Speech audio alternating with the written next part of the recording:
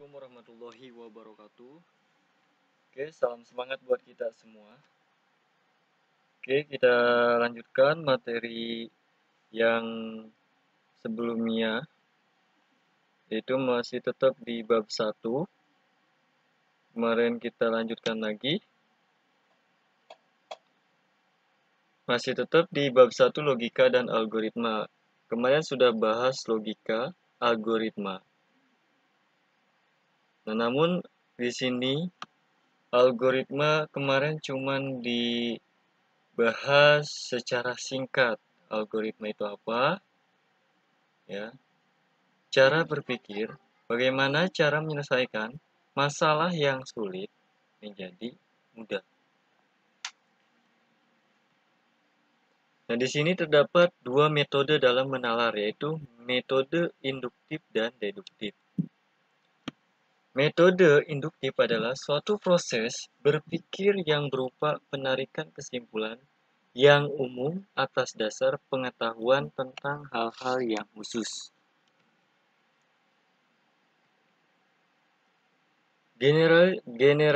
Generalisasi merupakan penarikan kesimpulan umum berdasarkan fakta-fakta yang ada.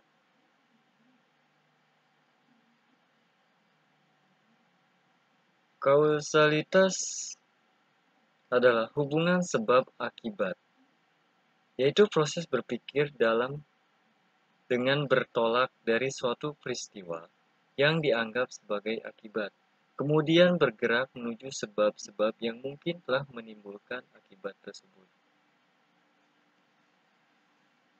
Maksudnya, ketika kita melakukan sesuatu, ya, kita harus memikirkan apa sebabnya. Ketika kita melangkah atau memberikan, ya, atau menuju atau membuat suatu keputusan, kita harus tahu sebabnya apa, kemudian akibatnya seperti apa. Itu contohnya. Misalkan kalian di sini ingin dapat nilai bagus di sekolahan kalian. Nah, sebabnya itu kalian pengen dapat nilai bagus. Ya. Akibatnya apa? Akibatnya kalian akan naik kelas. Bisa jadi kalian akan ranking 1, 2, 3 atau di antara 10 peringkat dari siswa-siswa yang lain di sekolahan kalian. Berikut adalah beberapa contoh penalaran induktif. Yang pertama, pernyataan khusus manusia memerlukan makanan untuk hidup. Kemudian pernyataan khusus yang kedua, hewan memerlukan makanan untuk hidup. Nah, jadi pernyataan khusus yang ketiga, tumbuhan memerlukan makanan untuk hidup. Nah, kesimpulan, makhluk hidup memerlukan makanan untuk hidup. Ya.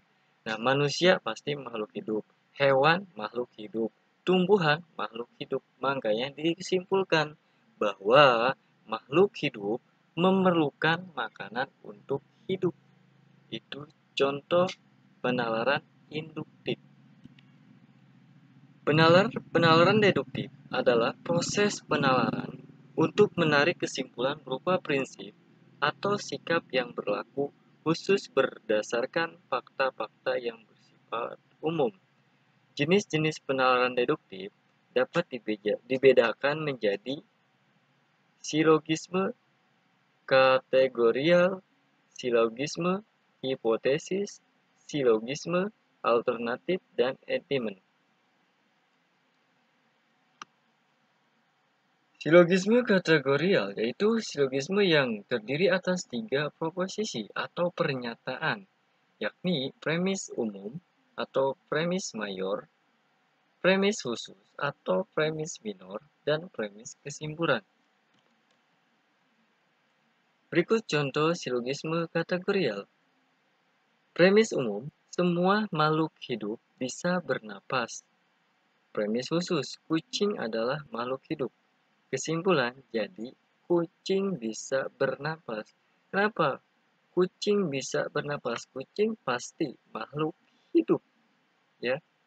Ini dicontohkan kucing. Bisa juga kalau misalkan sini tikus adalah makhluk hidup. Jadi tikus bisa bernapas. Sama makhluk hidup juga.